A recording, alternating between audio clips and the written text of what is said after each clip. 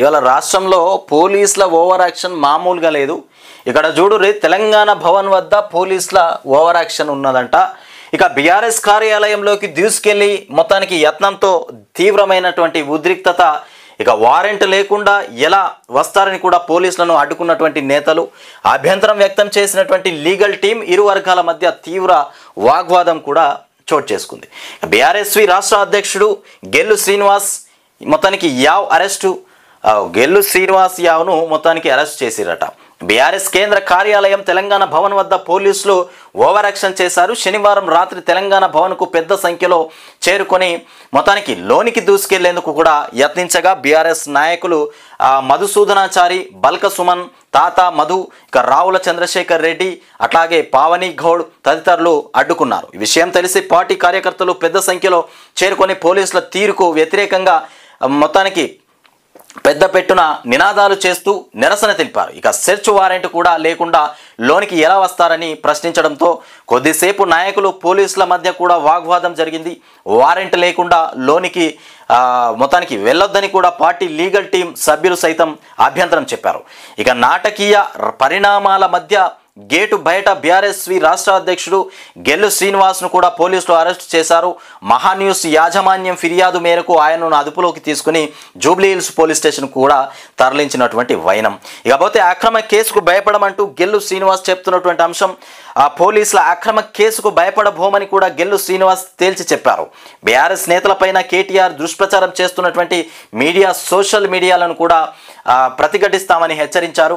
అరెస్టుకు ముందు తెలంగాణ భవన్ వద్ద మీడియాతో మాట్లాడారు. ఇక కేటీఆర్ ఆయన కుటుంబ సభ్యులపైన వ్యక్తిగతంగా దుష్ప్రచారం చేస్తున్నటువంటి మహాన్యూస్ ఛానల్ యాజమాన్యాన్ని కూడా బీఆర్ఎస్ కార్యకర్తలపై దాడి చేసిన వారిని వదిలిపెట్టి మొత్తానికి బీఆర్ఎస్ నేతలపైనే కక్ష సాధించడం దుర్మార్గమని కూడా మండిపడ్డారు. ప్రతి ఒక్కరికి మొత్తానికి తల్లులు, కుటుంబ సభ్యులు ఉంటారనేటువంటి సోయి లేకుండా కేటీఆర్ పరువు తీయాలని మహాన్యూస్ ఛానల్ ఇక ప్రసారాలు చేయడం మొత్తానికి ఎంతవరకు సమంజసమని కూడా ప్రశ్నించారు.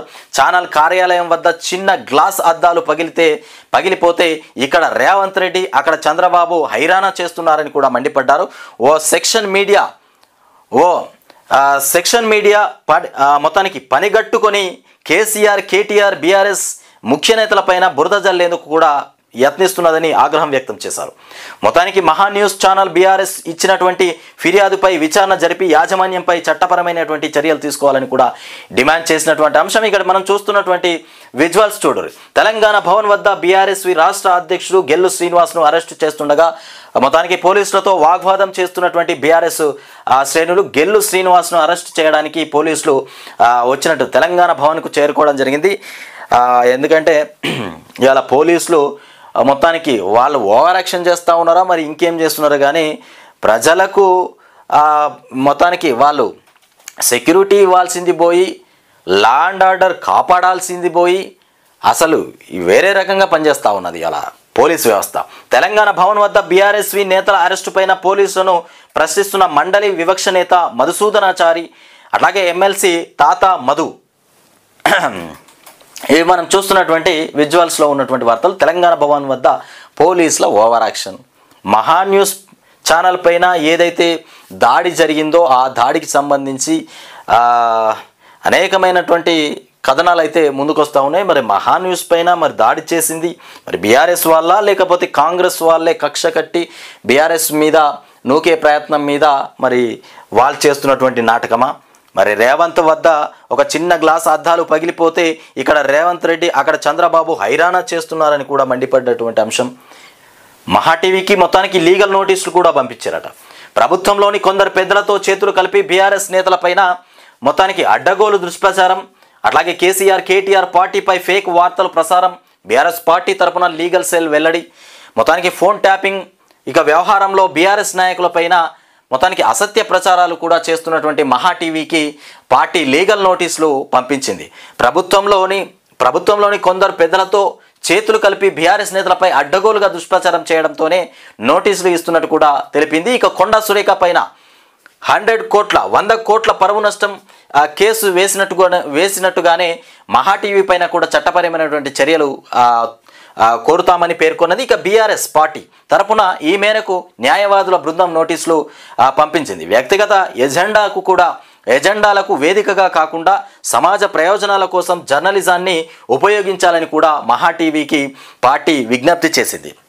ఇకపోతే ఫోన్ ట్యాపింగ్ ఆ అంశంలో బీఆర్ఎస్ అధినేత కేసీఆర్ వర్కింగ్ ప్రెసిడెంట్ అయినటువంటి కేటీఆర్ పై ఇక దురుద్దేశపూర్వకంగా అడ్డగోలుగా ఫేక్ వార్తలు ప్రసారం చేస్తున్నట్టు కూడా తెలిపింది. ఇక జర్నలిజం ముసుగులో మహా టీవీ మేనేజ్మెంట్ వ్యక్తిగతంగా విషయం చిమ్ముతుండటంతో నోటీసులు కూడా ఇచ్చినట్టు పేర్కొన్నది. ఇక ఫోన్ ట్యాపింగ్ వ్యవహారంలో కొన్ని రోజుల నుంచి కూడా తప్పుడు థంబ్నెయిల్స్తో మొత్తానికి మహా టీవీ వార్తలు ప్రసారం చేస్తున్నది. ఈ విషయంలో పలుమార్లు కూడా పార్టీ విజ్ఞప్తులు ఇక చేసిన మహా టీవీ ఎడిటోరియల్ విధానంలో కూడా ఎలాంటి మార్పు రాలేదు. ఇక బీఆర్ఎస్ నాయకులకు మొత్తానికి చెడ్డ పేరు తీసుకొచ్చేందుకు ఇక రూపొందించినటువంటి అసత్య కథనాలను ప్రసారం చేయడానికి కూడా మహా టీవీ మొత్తానికి ఆపలేదు. ఇక అసత్య ఆరోపణలను మహా టీవీ ఛానల్లో ప్రచారం చేయడానికి కూడా కొనసాగించింది.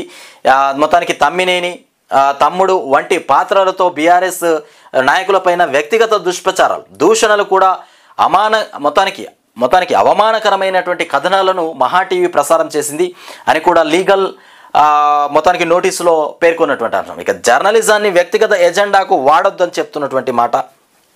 మొత్తానికి బీఆర్ఎస్ నాయకులపైన గతంలో అభ్యంతరకర వ్యాఖ్యలు చేసినటువంటి కాంగ్రెస్ నేతలు చట్ట వ్యతిరేక ప్రసారాలు చేసినటువంటి యూట్యూబ్ ఛానళ్లకు బీఆర్ఎస్ నోటీసులు ఇవ్వగా మొత్తానికి కొన్నింటిలో కోర్టులు గట్టి హెచ్చరికలు కూడా జారీ చేసినట్టు బీఆర్ఎస్ గుర్తు చేసింది. ఇక తాజాగా ఫోన్ ట్యాపింగ్ వ్యవహారంలో ప్రభుత్వంలోని కొందరు నాయకులతో చేతులు కలిపి మహా టీవీ బీఆర్ఎస్ పైన కూడా నేతలపై దుష్ప్రచారం చేయడంపై ఇక స్పందిస్తూ శనివారం లీగల్ నోటీసులు కూడా పంపినట్టు ఇక పార్టీ ఒక ప్రకటనలో తెలిపినటువంటి అంశం. ఇది కథ చూసిరు కదా.